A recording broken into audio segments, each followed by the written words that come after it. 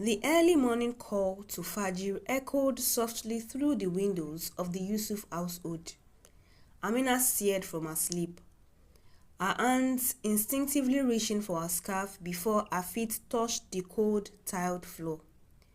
By 10 minutes after 5, she was already on her prayer mat, whispering verses that had become part of her heartbeat. It was a rhythm of discipline, one passed down from her late father and reinforced by her mother, Ajia Bilikisu.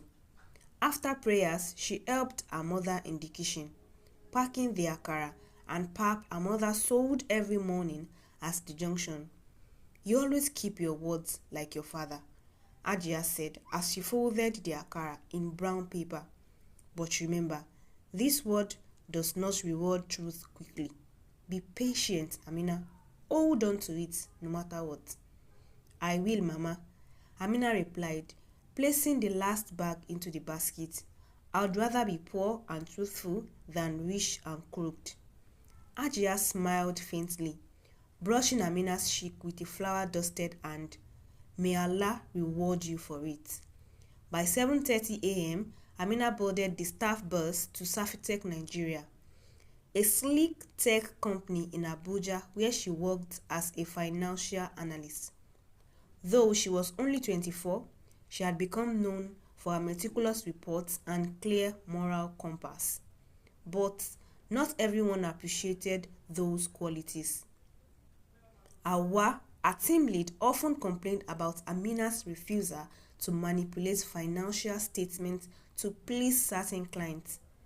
Shegun, the operations officer, once warned her, Amina, this your honesty go get you into trouble. Sometimes you gats play the game. She had smiled then, politely but firmly. I don't play with lies, Shegun. My conscience is not for sale. Her colleagues rolled their eyes when she walked into meetings in a modest ironed abaya. Some mocked her for refusing office gossip or after-work hangouts, but she did her work and did it well. Then came the big project, the Gideon Tech Youth Empowerment Fund, a 100 million naira initiative that passed through her department. Amina handled the disbursement report with her usual diligence. She found inconsistencies, reported them, and requested corrections. That was the beginning of the silence. Conversations ended when she walked into rooms. Chats ceased when she passed by. Her usual team lunch seats remained empty. No one saving her a spot anymore. Still, she prayed, she walked, she smiled, until the morning the police came. They walked into the office like customers, calm, cold, precise. They handed over a letter to HR, and within minutes Amina was summoned. You are under arrest for misappropriating 12 million from Gideon Tech Fund, the officer said, not cruelly, but with the indifference of someone who had done this too many times. Amina blinked. Sir, what? I don't understand. Her voice trembled as she walked to her boss. Awa stood with folded arms, eyes cast downward. Shegun looked away. Bisi gave her a pitying shake of the head. The evidence was ready. Altered reports, email chains, and even witness testimonies. As the cold handcuffs clicked around her wrists, Amina's breath caught in her throat. Not from fear, but from disbelief. Ya Allah, why? And yet, as the officers led her past her colleague's desk, past familiar corridors, past mocking eyes, and half-hidden smirks, one thing burned steady in her chest, like a candle refusing to die. She had not lied, and somehow, that truth, no matter how small, its now fate would save her. The cold metal bench inside the police holding room felt like punishment itself. Amina sat, hands folded on her laps, hijab still perfectly pinned despite the chaos of the morning. The buzz of conversations, clattering boots, and distant sirens faded behind her quiet sobs. Her eyes stung, not just from tears, but from confusion. How could they?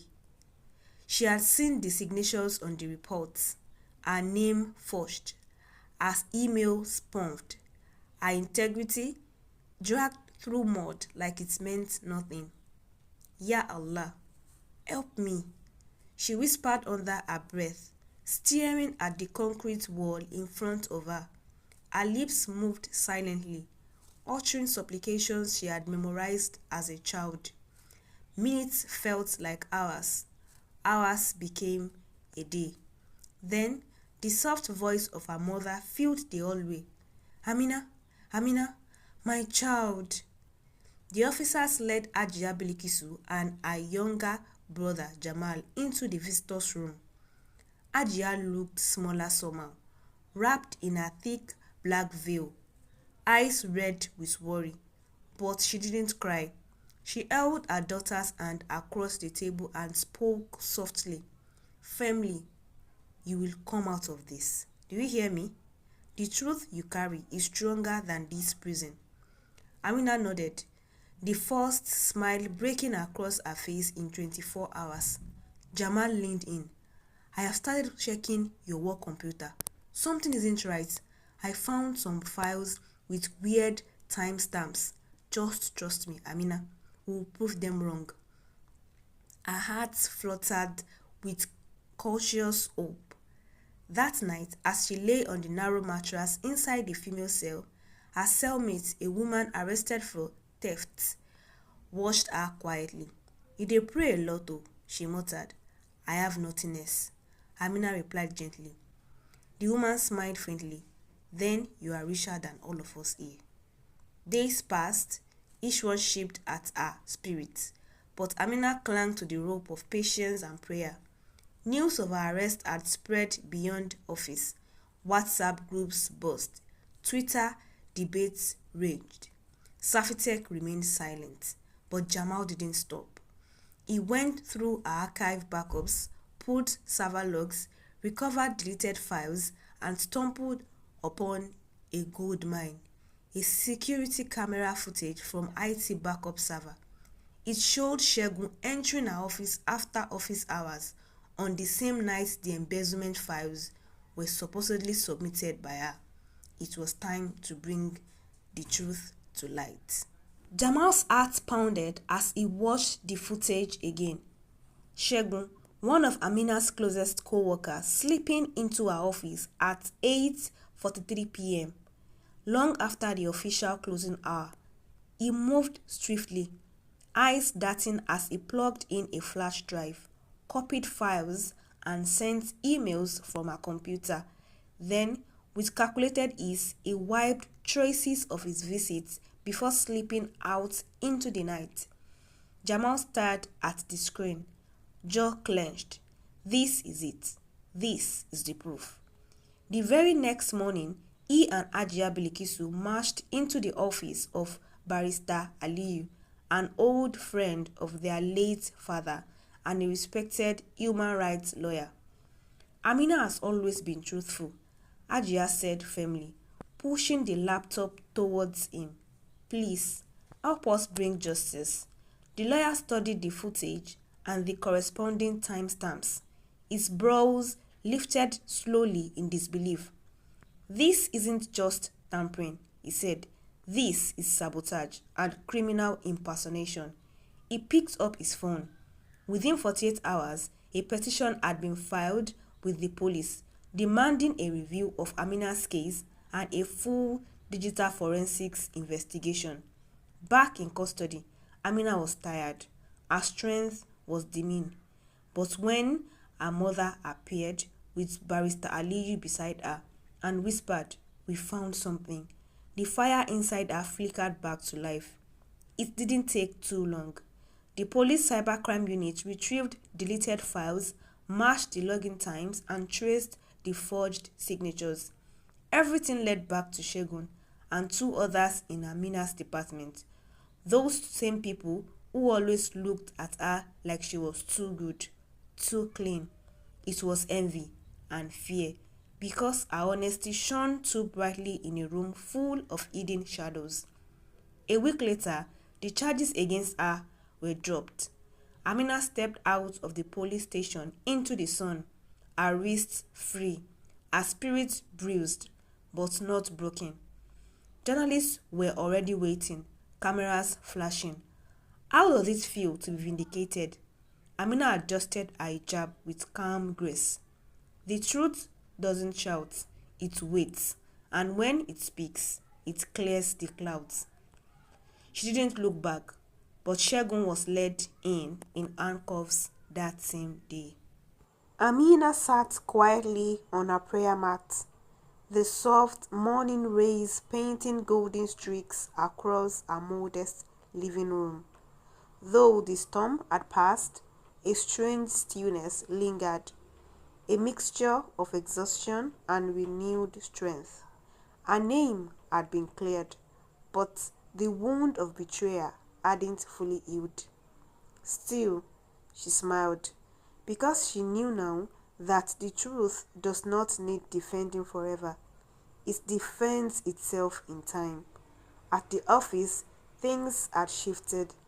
Those who once avoided her gaze now greeted her with hesitant respect. The rumor mongers had gone silent, and even the company's HR sent her an official apology. But what she did not expect was a call from the managing director himself. She was invited to a private meeting. When Amina arrived, the atmosphere was calm but heavy with importance. The MD, a man known for his stern nature, rose when she entered.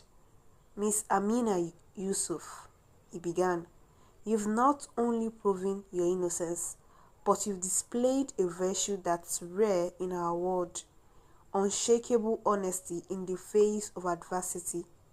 We are not just reinstating you, we are promoting you to lead ethics and compliance officer." Amina blinked. She hadn't seen it coming. "There is one more thing," the MD continued. "We've partnered with a national anti-corruption initiative, and we want you to speak at the launch next month. Your story is what this country needs to hear." She left the office that day with more than a new job title. She left with purpose.